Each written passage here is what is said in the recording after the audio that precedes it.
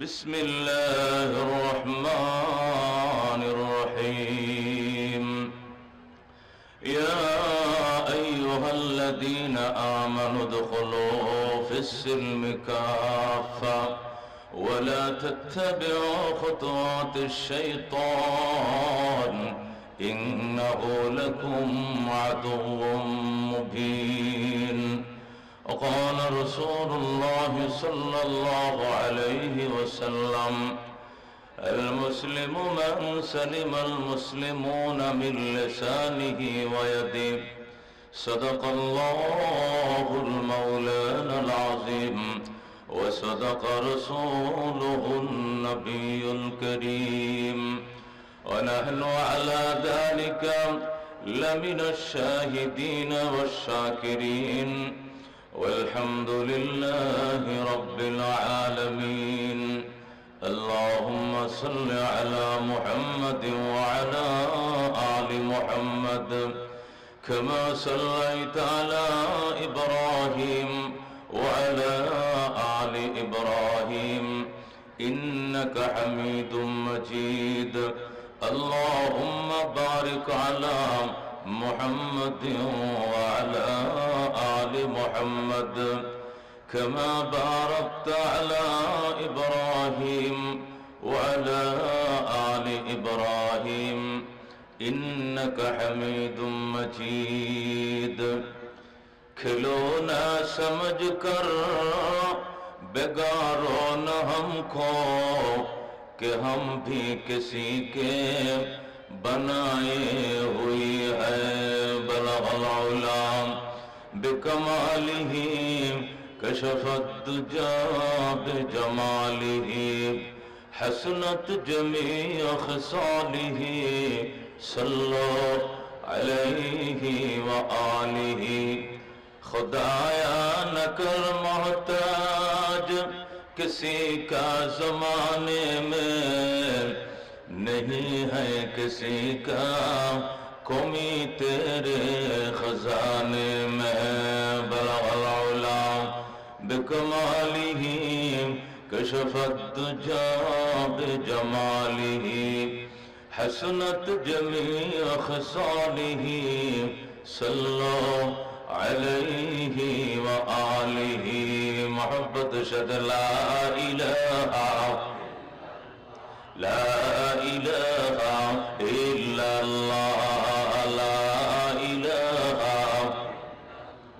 ला इलाहा इल्लल्लाह ला इलाहा.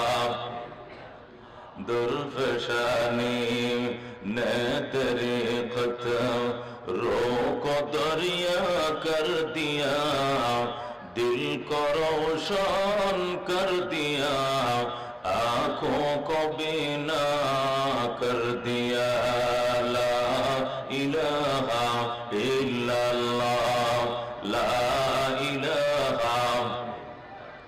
माल दौलत तुम पुरस्तारा हलाल मन फनाए मुल्क मौलाए जुल जलाल. ला इलाहा इल्लल्लाह ला इलाहा. दुर्गा दरगा गैरुल्लाह बाजार माजार गैरुल्लाह. ला इलाहा इल्लल्लाह ला इलाहा ला इलाहा इल्लल्लाह मुहम्मदुर रसूलुल्लाह सल्लल्लाहु अलैहि वसल्लम. ঐতিহাসিক শান সাহাবা ইসলামী মহাসম্মেলনের শেষ দিনের সর্বশেষ অধিবেশনের সম্মানিত সভাপতি উস্তাদুল উলামা আমাদের মাতার তাজ মুরব্বী জামিয়া নাসরুল ইসলাম ফতেপুরের মহাপরিচালক আল্লামা মাহমুদুল হাসান সাহেব দামাত বরকাতুহুল আলিয়া. মঞ্চে উপবিষ্ট রয়েছেন বহু বরেণ্য উলামায়ে কেরাম. আমরা ফ্যান্ডেলে আসি বহু মুরব্বিয়ান আযম এবং বেরাদরান ইসলাম. পর্দার অন্তরালে অন্তরঙ্গ আমার মা ও ভগ্নীগণ এবং অন্যান্য তৌহিদি জনতা, অসংখ্য শুকরিয়া মনিবের বৈরী হাওয়াকে আল্লাহ আমাদের জন্য আনুগত্যতার মধ্যে এনে দিয়েছেন। কতক্ষণ ঠিক কিনা? গতকালকে যেভাবে বৃষ্টি হচ্ছিল তার ধারাবাহিকতা যদি অব্যাহত থাকতো তাহলে আজকের আর প্রোগ্রামটা করা সম্ভব ছিল না। কতক্ষণ ঠিক কিনা? আল্লাহ রাব্বুল আলামিন বৈরী হাওয়াকে আমাদের জন্য হামোয়ার করে দিয়েছেন, উপযুক্ত করে দিয়েছেন। শীত কুয়াশা উপেক্ষা করে মূল্যবান সময় আমরা অবসর করে আমরা ব্যবসা করি, আমরা গাড়ি চালাই, আমরা ভ্যান চালাই, আমরা ব্যাংকার, আমরা টিচার, আমরা মাস্টার, আমরা কোচিং করি, আমরা বিভিন্নভাবে আমরা আয় ইনকাম করি। আমাদের প্রতিটা সেকেন্ডের মূল্য আছে। কতক্ষণ ঠিক কিনা? আমরা এই মূল্যবান সময় থেকে কিছু সময় অবসর করে এই ঐতিহাসিক শানে সাহাবা সম্মেলনে হাক্কানি রব্বানি উলামায়ে কেরামের জবান থেকে কিছু নসিহত শ্রবণ করার জন্য সুযোগ পাইছি। খুশি না বেজার? খুশি হয়ে থাকলে আকাশ বাতাস উজাড় করে হৃদয়ের গহীন থেকে মন্তরের মণিকুঠা থেকে মহব্বতের কণ্ঠে চিৎকার মেরে বলে আলহামদুলিল্লাহ। গুনার গাঠুরি মাথায় বহন করে এসেছি। আল্লাহ যেন মোনাজাত শেষে নিষ্পাপ করে বাড়িতে ফিরান। জোরে কোন আমিন। মুহতারাম হাজিরিন, আমাকে একটা নির্দিষ্ট বিষয় দেওয়া হয়েছে। এই বিষয়বস্তুকে সামনে রেখে আপনাদের সামনে আলোচনা। আমার পরে আল্লামা বাসেত খান সাহেব আসার কথা আছে। হুজুর আসলে ছেড়ে দিব, আর হুজুর যদি না আসেন তাহলে আমি আখিরে মোনাজাত করে দিব। অসুবিধা আছে? আর কোনো সময় যদি কিছু বেশি নেই আপনাদের সমস্যা হবে? সমস্যা হবে না তো ইনশাআল্লাহ? কেউ যাবেন না তো ইনশাআল্লাহ?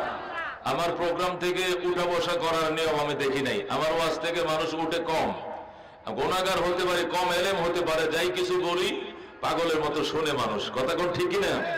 আপনারা শুনবেন তো ইনশাআল্লাহ? আল্লাহ তাআলা তৌফিক দান করুক। জোরে কোন আমিন। আমার আলোচ্য বিষয়টা বোঝার আগে ছোট্ট করে একটা ভূমিকা বুঝতে হবে। ভূমিকা হলো রবিউল আউয়াল মাসের 1 তারিখ। কয় তারিখ? জোরে বলেন। রবিউল আউয়াল মাসের কয় তারিখ? 1 তারিখ আল্লাহর হাবিব সাল্লাল্লাহু আলাইহি সাল্লাম মক্কা থেকে মদিনার উদ্দেশ্যে রওনা করেছেন। মক্কা থেকে মদিনা যাইতে তখনকার যুগের যে সওয়ারি ছিল, ওট ঘোড়া গাধায় সওয়ার হয়ে 8 দিন লাগতো। কয়দিন লাগতো? কিন্তু আল্লাহর হাবিব মদিনা পৌঁছাইতে লাগছে 11 দিন। কয়দিন লাগছে? 3 দিন বেশি লাগলো। কেন? আল্লাহর হাবিব সাল্লাল্লাহু আলাইহি সাল্লাম মাঝখানে জাবালে সৌরে একটা পাহাড়ের গুহায় তিনি 3 দিন আত্মগোপন করেছিলেন। কয়দিন? এই 3 দিন এই গুহায় আত্মগোপন করে থাকার কারণে 8 দিনের জায়গায় কতদিন লাগছে মদিনা পৌঁছাইতে? 11 দিন। আল্লাহর হাবিব সাল্লাল্লাহু আলাইহি সাল্লাম মদিনার এত কাছে চলে আসছেন যে দেখা যায় ওই যে বস্তিটা, ওইটাই মদিনা। সুবহানাল্লাহ। তাফসীরে লেখে আনুমানিক 4 মাইল দূর। কয় মাইল দূর? নবীজি মদিনা শরীফ থেকে ইয়াসরিব থেকে 4 মাইল দূরে আছেন। এমন অবস্থাতে দেখা গেল মদিনার মানুষ, মেয়ে পুরুষ, বৃদ্ধ বৃদ্ধা, আবাল জনতা, শিশু কিশোর কিশোরী, সর্বস্তরের ইমানদার রসুল প্রিয় নবীর আশিকরা আল্লাহর হাবিবকে আগায় আনার জন্য 4 মাইল দূরে আগায় চলে গেছে। সুবহানাল্লাহ। খালি হাতে যায় নাই। কারো হাতে দুধের গ্লাস, আল্লাহু আকবার, কারো হাতে শরবতের গ্লাস, কারো হাতে খেজুরের ফুটলা, কারো হাতে ফুলের মালা, কারো হাতে কবিতার মালা। সুবহানাল্লাহ। আল্লাহর হাবিবকে আগায় আনার জন্য তারা 4 মাইল আগে চলে গেছে। নবীকে কার আগে কে দেখবে, এ আগে দেখার জন্য কেউ খেজুর গাছের উপর উঠছে। সুবহানাল্লাহ। খেজুর গাছ সাধারণত কাঁটায় ভরা থাকে, উঠা যায় না। এই কাঁটা ভেদ করে তারা গাছের আগায় উঠছে। উঠে ওই যে দিকে গেছি রহমতুল্লিল আলামিন আসতেছেন। সুবহানাল্লাহ। কেউ পাহাড়ের টিলায় উঠছে, কেউ খেজুর গাছের আগায় উঠছে, কেউ বা সবার আগে চলে গিয়েছে। বৃদ্ধা নারীরা পর্যন্ত লাঠি দিয়া ভোট দিয়া চলে গিয়েছে আল্লাহর হাবিবকে শুভেচ্ছা জানানোর জন্য। রহমতুল্লিল আলামিন আবু বকরকে জিজ্ঞাসা করে, আবু বকর মদিনার কত দূর?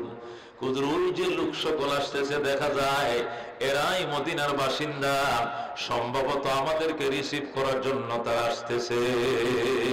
আল্লাহু আকবার। আল্লাহর হাবিব সাল্লাল্লাহু আলাইহি সাল্লাম সিদ্দিক আকবরের সাথে কথা বলতেছিলেন। ইতিমধ্যে কাফেলা এসে আল্লাহ শুভেচ্ছা স্বাগতম জানায় যারা, তাদের সাথে কাফেলা মিলে গেল। আল্লাহর হাবিবের কাফেলারে 3 দিক থেকে ঘেরাও করে ফেললো মদিনার মানুষ। ডাইনেও মদিনার মানুষ, বামেও মদিনার মানুষ, পিছনেও মদিনার মানুষ, সামনের দিকে রাস্তা খালি। আল্লাহর হাবিব সামনের দিকে চলছে, সাহাবায়ে কেরাম দুধের গ্লাস এনে হুজুর দুধটা পান করেন। এই দুধটা নিয়ে সারাদিন ধরে আপনার জন্য দাঁড়িয়েছিলাম। আল্লাহর হাবিব দুধ পান করলেন। কেউ শরবত দিয়েছে, আমার আম্মা আপনার জন্য শরবত বানিয়ে দিয়েছেন, শরবত পান করেন। কেউ নবীকে খেজুর খাইতে দেয়, কেউ নবীর গলায় মালা পরায় দেয়। আল্লাহর হাবিব গলার মালা স্তূপ পড়ে গেল, গলায় জায়গা নাই, মালা পড়তে পড়তে গলা ভরে গেল। আল্লাহু আকবার। ছোট ছোট কিশোর কিশোরীরা এসে বলে, ইয়া রাসূলুল্লাহ, এ হাবিব আল্লাহ, আমার আব্বা কবি ছিলেন মদিনার, তিনি কবিতা লিখতে পারতেন, প্যারালাইসিস আক্রান্ত, আসতে পারেন নাই, আমরা দুই ভাই বোনকে পাঠাইছেন কবিতা দিয়ে আপনাকে বরণ করে নেওয়ার জন্য। নবীকে পড়ো, কবিতা দিয়ে বরণ করো। কিশোর কিশোরীরা আল্লাহর হাবিবের উটের বহরের সামনে কিটকিট করে নাচে, আর তলাল বাদরু আলাইনা কবিতা বলে নবীকে বরণ করে লয়। সুবহানাল্লাহ। তলাল বাদরু আলাইনা মিন সানিয়াতিল বিদা ওয়াজাব আশ-শুকরু আলাইনা মাদআ লিল্লাহি দা। আল্লাহু আকবার বলে। ওই দিন মদিনার কিশোর কিশোরীরা নেচে নেচে আল্লাহর হাবিবের সামনে যে কবিতাগুলো পড়ছিলেন, এটা নজরুল ইসলাম কবিতার আকারে বাংলাও করছে। বলবো বাংলায়? মদিনার মানুষ বলতেছিল, রাতের আধার কেটে কেটে আকাশে চাঁদ উঠলো, সারা জাহানের দিক বিদিকে, সারা জাহানের দিক বিদিকে আলোর ধারা ছুটলো, তলাল বাদরু আলাইনা মিন সানিয়াতিল বিদা ওয়াজাবা আশ-শুকরু আলাইনা মাদআ লিল্লাহি দা। একটা কবিতার পঙ্ক্তি একটা লাইন বায়ে বলে আর একটা লাইন বনে বলে, আবার বায়ের সিরিয়াল, এরপর এবার বনের সিরিয়াল। বাই যখন এই লাইনটুকু বলল, এবার বনের সিরিয়াল, বন বলে, মানবতার বন্ধু তুমি রহমাতুল লিল আলামিন, মানবতার বন্ধু তিনি রহমাতুল লিল আলামিন, তাই তো শুকর আদায় করি, তাই তো শুকর আদায় করি, কুল মাখলুকাত নিশিদিন, তলাল বাদরু আলাইনা মিন সানিয়াতিল বিদা ওয়াজাবা আশ-শুকরু আলাইনা মাদআ লিল্লাহি দা। আল্লাহু আকবার। এইভাবে আল্লাহর হাবিবকে তারা বরণ করে নিল। এরপরে এবার আল্লাহর হাবিব বললেন, তোমরা আমাকে আগিয়ে নিতে এসেছো, আমি কার বাড়িতে যাব বলো? সবাই হাত বাড়াইছে, হুজুর আমগো বাড়িতে যান। তোমাদের বাড়ি কোন দিকে? কো ডান দিকে। তুমগো বাড়ি কোন দিকে? কো বাম দিকে। তোমার বাড়ি কোথায়? কো সামনে ঠিলার উপরে। তোমার বাড়ি কোথায়? কো আমার বাড়ি ঠিলার নিচে। এক একজন এক এক দিকে আল্লাহর হাবিবকে রিসিভ করার জন্য বেকুল। আল্লাহর হাবিব উটের লেগাম ছেড়ে দিয়ে মোনাজাতে হাত বাড়ালেন, আল্লাহ সবাইকে মহব্বত করে আমাকে আগায় নিতে এসছে, আমি একজন, আমি কয়জনের মন রক্ষা করব? এই জন্য আকাশ থেকে তুমি এমন একটা সিদ্ধান্ত শুনিয়ে দাও যে সিদ্ধান্তে আমার সকল আশিক সাহাবায়ে কেরাম খুশি হয়ে যায়। আল্লাহু আকবার। আল্লাহ রাব্বুল আলামিন বললেন, বন্ধু উটের লেগাম ছেড়ে দেন। লেগাম আমি আল্লাহ আমার হাতে নিয়ে নিলাম। সুবহানাল্লাহ। আল্লাহর হাবিব লেগাম ছেড়ে দিলেন। সাহাবায়ে কেরাম তো আর বুঝতে পারে নাই আল্লাহর সাথে নবীর কি কথা হয়েছে। সাহাবায়ে কেরাম বললেন, ইয়া রাসূলুল্লাহ, আপনি যে উটের লেগাম ছেড়ে দিলেন, এখন উট কোন দিকে যাবেন? নবী কয়, লেগাম ছাড়ি নাই, লেগাম আমার আল্লাহ তার হাতে নিয়ে নিছে। আল্লাহু আকবার। আমার আল্লাহ যার বাড়িতে চাইবেন আমাকে তার বাড়িতে নেবেন, এখন আমার হাতে কিছুই নাই। সাহাবীরা সব খুশি হয়ে গেলেন। সবাই দুরূদ শরীফ পড়তেছে, আল্লাহ তোমার হাবিবকে আমার বাড়িতে নিও। আমি দুতলা খালি করে রাখছি, আরেকজনে কয় আমি নিচতলা খালি করে রাখছি, আরেকজনে বলে আমার দুইটা রুম খালি করে রাখছি, নতুন চাদর বিছায় রাখছি, বাড়িঘর পরিষ্কার করে রেখেছি। আল্লাহ তোমার হাবিবকে আমার ভাগ্যে জুটাইও। সবাই দোয়া করতেছে, দুরূদ পড়তেছে, সামনের দিকে আগাইতেছে। হঠাৎ করে দেখা গেল ওর ডান দিকে মোরনিয়াম পাহাড়ের উপরের দিকে ওটা শুরু করলো। ঠিলার উপর একটা বাড়ি, এবারের উঠোনের মধ্যে যায় উঠ শুয়ে যায়। উঠ শুয়ে গেল। আল্লাহর হাবিব উঠতে চাবুক মারে, তুই শুইলি কেন, সামনে আগা।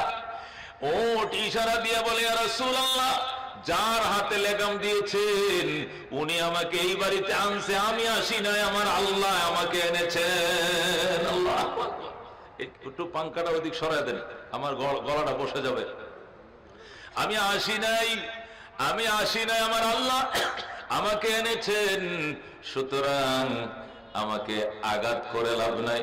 আল্লাহর হাবিব বললেন, বাড়ির মালিক কে গো? আবু আইয়ুব আনসারী হাত বাড়াইছে। আল্লাহু আকবার। বাড়ির মালিক কে? হযরত আবু আইয়ুব আনসারী কে, হুজুর আমি এই বাড়ির পাহারাদার, এদিকে আসো। আল্লাহর হাবিব আবু আইয়ুব আনসারীকে বুকের সাথে জড়িয়ে ধরলেন আর বললেন, আবু আইয়ুব আমি আসি নাই, আমার আল্লাহ তোমার বাড়িতে আমাকে আনছে, সুতরাং তুমি ধন্য, তুমি বড় ভাগ্যবান। আবু আইয়ুব তুমি ধনী না গরিব মানুষ? আবু আইয়ুবকে, হুজুর আল্লাহ আমার অনেক ধন দৌলত দান করেছে, আমি মোটামুটি ধনী মানুষ। তুমি ধনী মানুষ তো? কয় হ্যাঁ আমি ধনী মানুষ।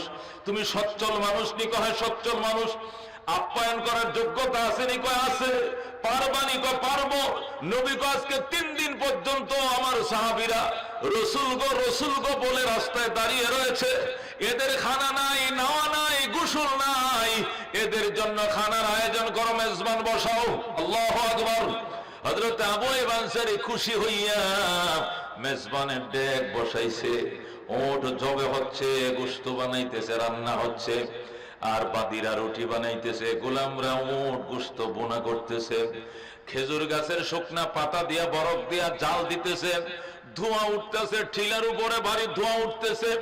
যখন দেখা গেল ওই বাড়িতে রান্নার ধোঁয়া দেখা যায়, ওই ঠিলার নিচে আব্দুল্লাহ ইবনে সালাম রইসুল ইহুদি, ইহুদিদের লিডার ছিলেন আব্দুল্লাহ ইবনে সালাম, উনি সেখানে বাগানে খেজুর কাটতেছিলেন। হঠাৎ করে দেখলেন ঠিলার উপরে রান্না বান্নার ধোঁয়া দেখা যায়। গোলামরে পাঠাইছে, গোলাম দৌড়ায় যাম, এটা তো আবু আইয়ুব আনসারীর বাড়ি, আবু আইয়ুব আমার বাল্য বন্ধু, তার বাড়িতে নিশ্চয়ই কোনো অনুষ্ঠান, আমাদের দাওয়াত দিল না কেন? তুই দৌড়ে যা, দেখে আস আবু আইয়ুব আনসারীর বাড়িতে কিসের অনুষ্ঠান। গোলাম দৌড়ে আসছে, আইসে কয় আঙ্কেল আপনাদের বাড়িতে কিসের অনুষ্ঠান?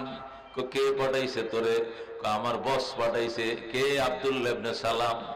ও আমার বাড়িতে কিসের অনুষ্ঠান? আব্দুল্লাহ রে বলিও রহমাতুল লিল আলামিন আমার বাড়িতে তাশরীফ আনছে। আল্লাহর হাবিব আমার বাড়িতে তাশরীফ আনছেন। নবীর সফর সঙ্গীরা এবং নবীকে শুভেচ্ছা দানকারীদের জন্য আমি মেজবানের আয়োজন করেছি।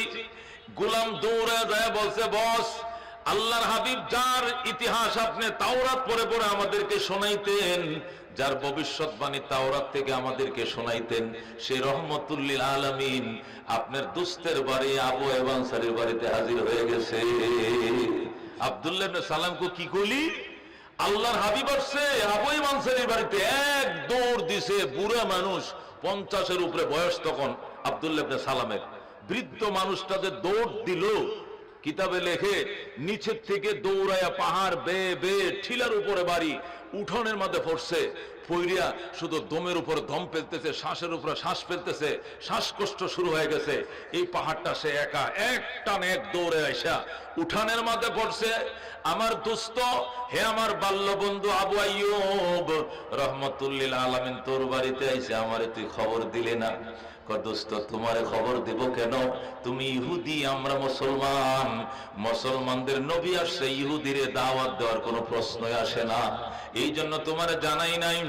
আব্দুল্লাহ ইবনে সালাম কয় ঠিক আছে, ভালো করছো, দাওয়াত দাও নাই, আমি বিনা দাওয়াতে চলে এসেছি।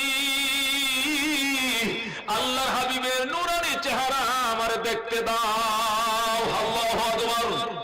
আবু আইয়ুব আনসারী কয় দোস্ত বন্ধু হতে পারো, কিন্তু আল্লাহর হাবিবের সামনে তোমাকে যাইতে দেওয়া যাবে না নিরাপত্তা জনিত কারণে।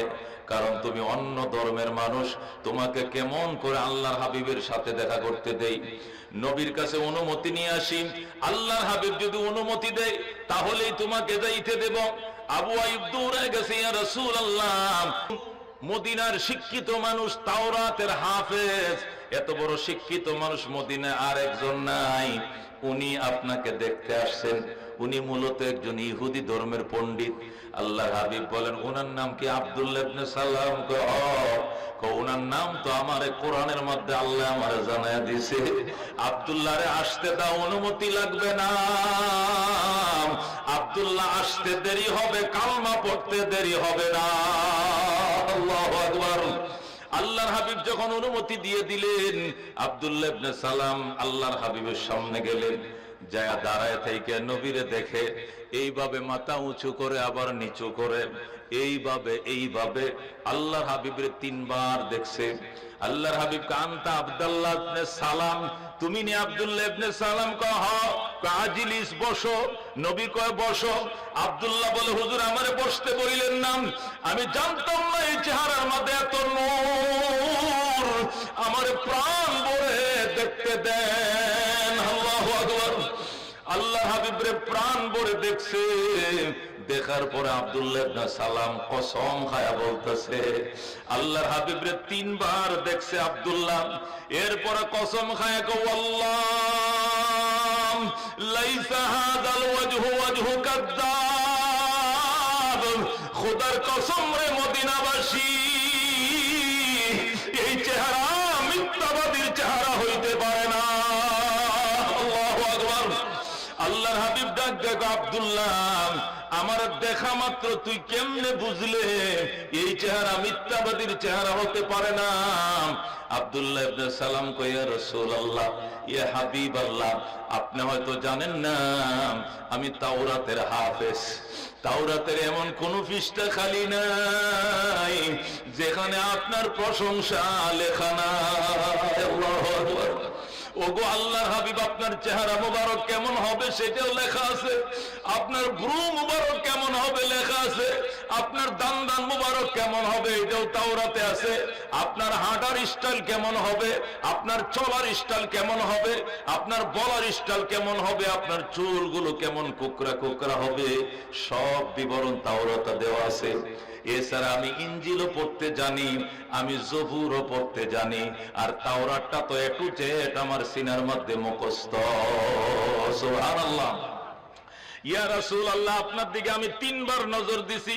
একবার আমি তাওরাত দিয়ে আপনাকে ওজন করছি, আরেকবার ইনজিল দিয়ে তাকাইছি, আরেকবার জবুর দিয়ে তাকাইছি। 3টা কিতাব আমাকে বলে দিয়েছে উনি আল্লাহর হাবিব, কোনো সন্দেহ নাই। আল্লাহু আকবার। আল্লাহর হাবিবকে যদি এতই বিশ্বাস হয় তোমার, তাহলে তুমি কালমা পড়ে মুসলমান হয়ে যাও। আব্দুল্লাহ ইবনে সালাম হুজুর, এটা কোনো ব্যাপার নেই, কালমা পড়বো, এটা তো 1-2 ব্যাপার মাত্র, কিন্তু আমি আপনার থেকে একটু পরামর্শ চাই। কি পরামর্শ? কালমার জন্য কোনো পরামর্শ নাই। হুজুর আগে আমার কথাটা শোনেন, কালমা কি আমি একা পড়বো নাকি খেজুর বাগানে আমার হাজার হাজার ভক্তরা আছে, সব ইহুদিদের কেটাইকে আইনেন একসাথে কালমা পড়বো নাকি আমি একা পড়বো জানতে চাই। সুবহানাল্লাহ। আল্লাহ হাবিব কয়, তুমি ডাকলে কি ইহুদিরা আইবনি? আসবো মানি ডাক দিতে দেরি হবে, পঙ্গপালের মতো ছুটতে দেরি হবে না। আমি এদের পাদ্রী, আমি এদের রইস, আমি শুধু বাগানে ডাক দিব, সব দৌড়ায় আসবে। আমার মনে হয় একা কালমা না পড়ে সবাইকে নিয়ে পড়ি। রাসূল কই, ঠিক আছে যাও, এদেরকে ডেকে নিয়ে আসো, এখন তোমার কালমা পড়ার দরকার নাই। আল্লাহর হাবিব যখন বললেন যে ডেকে নিয়ে আসো, আব্দুল্লাহ ইবনে সালাম দৌড় দিয়ে আবার বাগানে গেছে। বাগানে যায় কই, ইহুদির দলায় খেজুর খাটতে পারবে সারা জীবন, নবী পাইবি না, জলদি আয়, বাগান ছেড়ে আয়, রহমাতুল লিল আলামিন মদিনায় তাশরীফ আনছে। আল্লাহু আকবার। যেই মাত্র আয় আয় বলে ডাক দিয়েছে আব্দুল্লাহ ইবনে সালাম, পঙ্গপালের মতো ইহুদিরা দৌড়াইতে শুরু করছে। সব এসে দৌড়াইয়া আবু আইয়ুব আনসারীর বাড়ির উঠানে হাজির। আল্লাহর হাবিব গো ওনাদেরকে একটু সরতে বলেন, আমরা আপনার কিনারে বসি। সাহাবীরা একটু দূরে সরছে। আব্দুল্লাহ ইবনে সালাম ইহুদিদেরকে নিয়ে একদম কিনারে গেছে।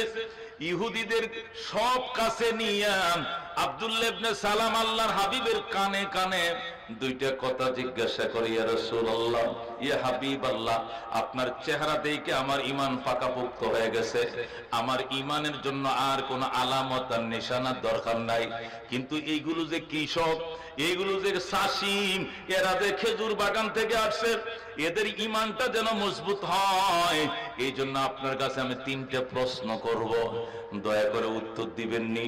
নবী কো তিনটা কেন, আরো বেশি কর। কয় না হুজুর, তাওরাত থেকে একটা প্রশ্ন করব, ইনজিল শরীফ থেকে একটা প্রশ্ন করব, জবুর থেকে একটা প্রশ্ন করব। তিনটা প্রশ্নের উত্তর আপনি টাস টাস করে দিয়ে দিবেন।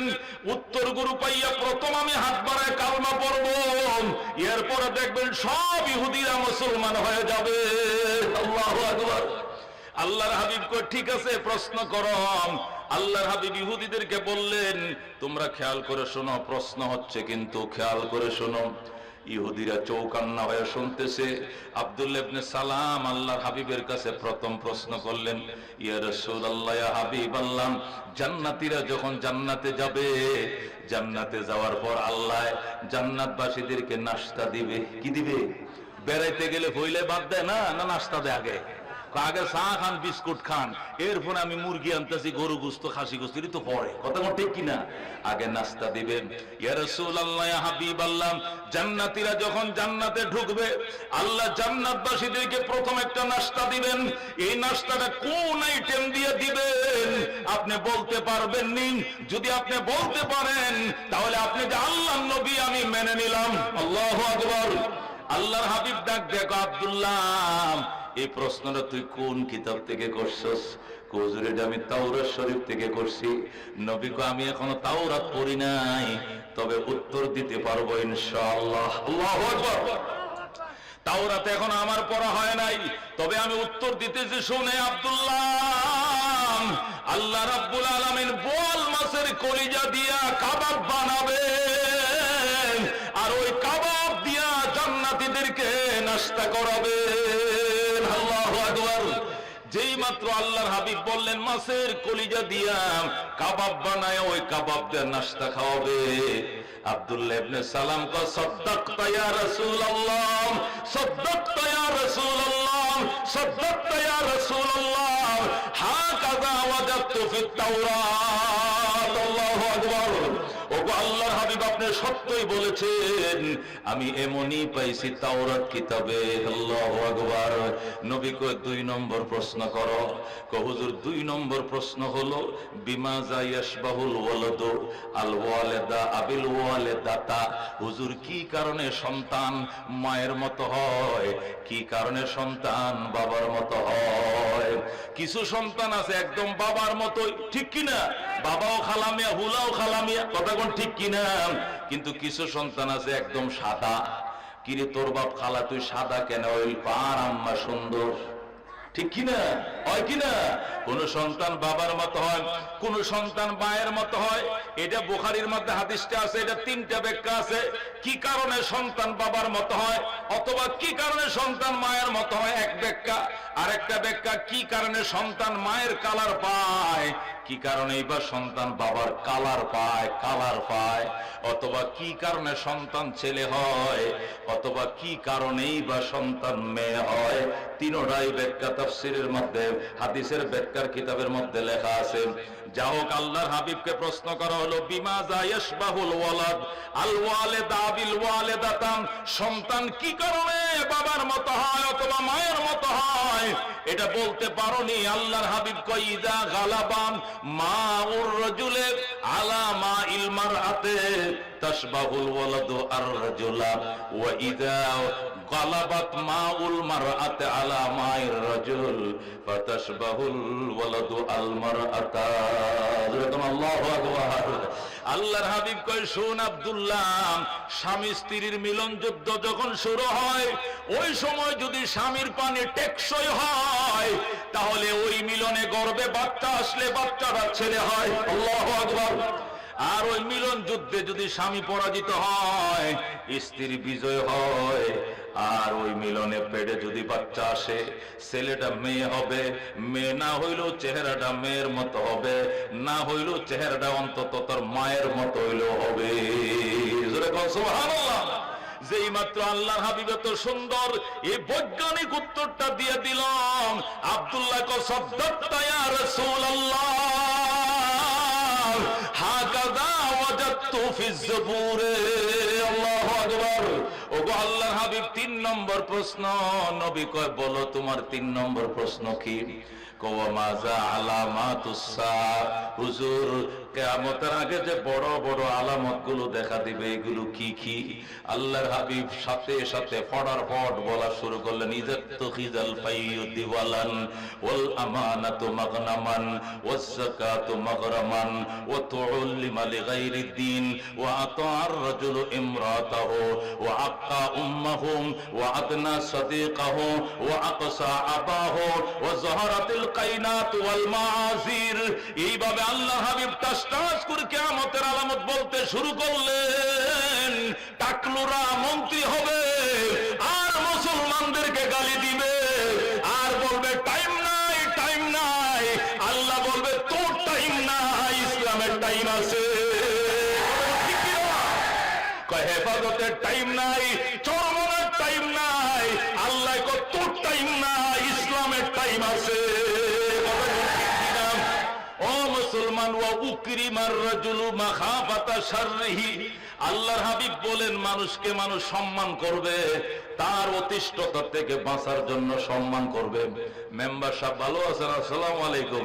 এটা সামনে সালাম দিছে, কিন্তু পিছনে কি দোয়া করে জানেন না? আল্লাহ এটা সাক্ষাৎ তলে পালায় মাইরো, তোমার ঘরে 2টা মোমবাতি দিয়া। কথা কোন ঠিক কিনা? এই হলো দুনিয়ার ভক্তি আর শ্রদ্ধা। কথা কোন ঠিক কিনা? আল্লাহর হাবিব যখন টাস টাস করে কিয়ামতের আলামত বলা শুরু করলেন, আল্লাহ আব্দুল্লাহ ইবনে কো সাদ্দাকতা ইয়া রাসূলুল্লাহ, হাকাযা ওয়াজাদতু ফিল ইনজিল। আল্লাহু আকবার।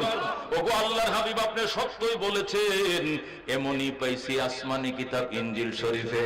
3 প্রশ্নের উত্তর হয়ে গেল। আব্দুল্লাহ কো হুজুর পড়ায় দেন, আশহাদু আল্লা ইলাহা ইল্লাল্লাহ ওয়া আশহাদু আন্না মুহাম্মাদান আবদুহু ওয়া রাসূলুহু। আব্দুল্লাহ ইবনে সালাম মুসলমান হয়ে যায়। আল্লাহু আকবার। যেই মাত্র আব্দুল্লাহ ইবনে সালাম কালমা পড়লো, সব ইহুদিরা এসে নবীর কদমের মধ্যে পড়ে, হুজুর আমাদেরকেও পড়ায় দেন, আশহাদু আল্লা ইলাহা ইল্লাল্লাহ ওয়া আশহাদু আন্না মুহাম্মাদান আবদুহু ওয়া রাসূলুহু। আল্লাহু আকবার। শেষ হয়ে গেল পর্ব। আল্লাহর হাবিবের দরবারে ইহুদি লিডার আব্দুল্লাহ সহ সাথীরা মুসলমান হওয়ার পরে আব্দুল্লাহ ইবনে সালাম বলে, ইয়া রাসূলুল্লাহ আপনি এমন সময় মদিনায় তাশরিফ আনছেন, এটা জুলাই মাস। এই মাসে আমাদের দেশের মানুষ খেজুর খাটে। আমরা কৃষি মানুষ, মক্কার মানুষ ব্যবসায়ী, কিন্তু আমরা মদিনার মানুষ ব্যবসা বুঝি না। মদিনার মানুষ হলো চাষি। আমরা খেজুর চাষ করি। এখন খেজুর কাটার মৌসুম। আপনি এমন টাইমে আসছেন, হুজুর মুসলমান হইছি, একটু বাগানে কাস্তে কোরাল রাইখে আইছি, খেজুর গুলো কাটি। সারা বছরের খোরাকি উঠাইতে হবে, দোকান বাকি পরিশোধ করতে হবে, এটা আমার বাৎসরিক একটা ফসল। হুজুর আমরা ইহুদিরা বিশেষ করে খেজুর পারদর্শী ছিলাম বেশি, আমাদের দায়িত্ব ছিল বেশি। আজকে মুসলমান হয়ে গেলাম, হুজুর কয়েকটা দিনের জন্য ছুটি দেন, খেজুর গুলো কাইটা আবার আপনার কাছে আসবো। নবী কয় যাও। আব্দুল্লাহ ইবনে সালামের নেতৃত্বে এই মুসলিম ইহুদিরা সব চলে গেল বাগানে। খেজুর খাটা শেষ, খোরাকি উঠাইছে, গোলা বসছে। এরপরে কিছুদিন পর আবার দেখা করতে আইছে আল্লাহর হাবিবের দরবারে। আব্দুল্লাহ ইবনে সালামের নেতৃত্বে ওই মুসলিম ইহুদিরা প্রায় নবীর দরবারে হাজির। আল্লাহর হাবিব বলেন, আব্দুল্লাহ কেমন চলছে ইসলামী জীবন? আলহামদুলিল্লাহ, মাশাআল্লাহ হুজুর ভালোই চলছে। নামাজ পড়নি? কয় পড়ি। রোজা রাখনি? রাখি। ইসলামের বিধিবিধান মাননি? মানি। কোরআন সুন্নাহ মতো জীবন যাপন করছনি? কয় করছি। কোনো অসুবিধা তো নাই? হুজুর একটু অসুবিধা আছে। কি অসুবিধা? দুইটা অসুবিধা, এটা তো কোনো সমাধান করতে পারতেছি না। রাসূল বলেন কি দুইটা অসুবিধা? হুজুর দয়া করে উত্তর দিবেন। এক নম্বর অসুবিধা হলো আমরা এতদিন ইহুদি ছিলাম, ইহুদি ধর্ম পালন করতে করতে চুলদারি ফাঁকি গেছে, এখন মরার বয়স হয়েছে, এই বুড়ে কালে এসে কালমা পড়ে মুসলমান হইছি, এখন তো দেখি ইসলামের সাথে ইহুদি ধর্মের সাথে সংঘর্ষ হয়ে গেছে। দুইটা বিষয়। কি কি বিষয়? এক নম্বর বিষয় হলো আমরা যখন ইহুদি ছিলাম, ইহুদি ধর্মের বিধান ছিল গরু গোশত খাওয়া যাইব কিন্তু চর্বি খাওয়া যাইতো না। গরু গোশত খাওয়া যাবে কিন্তু গরুর দুধ খাওয়া যাবে না। উটের গোশত খাওয়া যাবে, উটের চর্বি খাওয়া যাবে না। উটের গোশত খাওয়া যাবে, উটের দুধ পান করা যাবে না। কিন্তু মুসলমান হয়ে দেখি আল্লাহর কোরআনে যে হারামের লিস্টি দিছে, হুররিমাত আলাইকুমুল মাইতাতু ওয়াদ-দামু ওয়া লাহমুল খিনজির ওয়া মা উহিল্লা বিহি লিগাইরিল্লাহ ওয়াল মুনখানিতাতু ওয়াল মাওকুদাতু ওয়াল মুতারাদ্দিয়াতু ওয়ান নাতিহাতু সহ যে তালিকা দেওয়া হয়েছে হারামের, এই হারামের তালিকার মধ্যে দুধের নামও নাই, চর্বির নামও নাই। তাহলে কোরআনের বিধান অনুযায়ী বোঝা যায় এগুলো খাওয়া জায়েজ আছে। আল্লাহু আকবার। কোরআনে বলে চর্বি খাওয়া জায়েজ, কোরআনে বলে চর্বি খাওয়া হালাল, কোরআনে বলে দুধ খাওয়া হালাল, কিন্তু তাওরাতের বিধানের মধ্যে ওটা নিষেধ ছিল, হারাম ছিল। এখন যে কি করি, এমন মুসিবতে পড়ছি। ওগো আল্লাহর হাবিব, এখন কি করতে পারি বলেন? আল্লাহর হাবিব ডাক দিয়ে কয়, সমাধান তো দিব ইনশাআল্লাহ, আমি না পারলে আসমান থেকে হলেও সমাধান আনবো। কিন্তু তুমি যে একটা তাওরাতের হাফেজ, তুমি কি মনে করে এটা সমাধান কেমন হওয়া উচিত? তুমি কি বলো? তুমি একজন হাফেজ হিসাবে, মদিনার একজন পণ্ডিত হিসাবে, তুমি ইহুদি ধর্মের পাদ্রী ছিলাম, তাওরাত তোমার মুখস্থ, ইনজিল পড়তে জানো, জবুর পড়তে জানো, এখন তুমি কোরআনও পড়তে শিখছো। তুমি বলো কি করা উচিত? আব্দুল্লাহ ইবনে সালাম বলে, আমাকে যদি মতামত দিতে বলেন তাহলে আমার মতামত হলো, এতদিন যেহেতু খাই নাই দুধ, বুড়া খালে খায়ার পেট নষ্ট করে লাভ নাই, এতদিন চর্বি খাই নাই, বাকি জীবন আর খাইতাম না, বাকি জীবন না খাই পার করে দিব। কারণ ওইটাও আসমানি কিতাব, এইটাও তো আসমানি কিতাব, দুইটাই পালন করব, যেটাই লাগিয়া যায়। আল্লাহু আকবার। আল্লাহর হাবিব ডাক দিয়ে কয়, না না আব্দুল্লাহ হবে না। আব্দুল্লাহ চর্বি খাও, গোশত খাও, দুধ খাও, কমপ্লিট মুসলমান হয়ে যাও। তোমাকে কমপ্লিট মুসলমান হইতে হবে। তাওরাতের বিধান ছাড়ো, কোরআনের বিধান ধরো, ইহুদি কালচার ছাড়ো, ইসলামের কালচার ধরো, কমপ্লিট মুসলমান হয়ে যাও। যেরকম সুবহানাল্লাহ।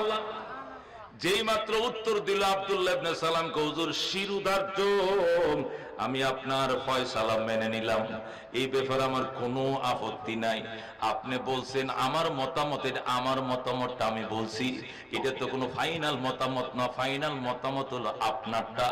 আপনি বলছেন দুধ খেতে হবে, চর্বিও খেতে হবে, আজ থেকে খামো, পেট খারাপ করলে করুক, মইরা যামো, তারপরে কোরআনের বিধান ছাড়বো না।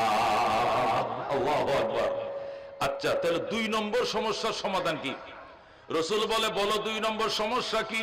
হুজুর 2 নম্বর সমস্যা হলো, এতদিন ইহুদি ছিলাম, ইহুদি ধর্মের সপ্তাহ ইবাদতের দিন ছিল শনিবার, সাপ্তাহিক ইবাদতের দিন ছিল শনিবার, কিন্তু মুসলমান হয়ে দেখি আল্লাহর কোরআনে বলছে, ফাইজা নুদিয়া লিস-সালাম মি ইয়াউমিল জুমআ ফাসাউ ইলা যিকরিল্লাহ ওয়াজারুল বাই। আল্লাহ বলছেন জুমার দিনের আজান হবে, বেচা কিনা বন্ধ, দুনিয়ার দান্দা ফান্দা বন্ধ, দৌড়াও নামাজের দিকে, দৌড়াও, জুমার নামাজ আদায় করো, জুমার নামাজ শেষ হওয়ার পর আবার রিজিকের সন্ধানে বেরিয়ে যাও। ইসলাম আনার পরে দেখি গুরুত্বপূর্ণ দিন শুক্রবার, অথচ ইসলামের আগে গুরুত্বপূর্ণ দিন ছিল শনিবার। এখন এক মুসিবতের মধ্যে পড়ছি, আগে তো শনিবারে নফল রোজা রাখতাম, সওয়াব হবে মনে করে, এখন তো দেখি শুক্রবারে রাখা লাগে। এখন আমি কোন দিক যাবো কোনো দিশ পাইতেছি না। নবী কয়, তুমি কি নিয়ত করছো বলো, আমার ফয়সালা পরে দিব, তোমারটা আগে বলো। আব্দুল্লাহ কয়, হুজুর আমি মনে মনে নিয়ত করছি রোজা আজকে থেকে 2টা রাখবো, শুক্রবারেও রাখবো, শনিবারেও লাগবো, যেটাই লাগিয়ে যায়। আল্লাহু আকবার। আল্লাহর হাবিব ডাক দিয়ে কয়, না না আব্দুল্লাহ হবে না, শনিবার ছাড়ো, শুক্রবার ধরো, কমপ্লিট মুসলমান হয়ে যাও। আল্লাহু আকবার। আল্লাহর হাবিব এই কথা বলার পর আব্দুল্লাহ বললেন, ঠিক আছে হুজুর, আপনার কথাই চূড়ান্ত। এখন থেকে অতিরিক্ত ইবাদত শুক্রবারে করব, নফল রোজা রাখলে শুক্রবারে রাখবো, কারণ এটা ইসলামের বিশেষ দিন, সাপ্তাহিক ঈদের দিন, এটা শুক্রবার। শনিবার ছেড়ে দিলাম। পিছন দিয়ে ইহুদি যারা বসা ছিল এরা বলতেছে, আব্দুল্লাহ সাহেব আপনি নবীজিকে জিজ্ঞাসা করেন, নবী যে উত্তরগুলো দিছে এগুলো কি ওনার ব্যক্তিগত মতামত নাকি আসমানের মালিকের মতামত জানতে চাই। আল্লাহু আকবার।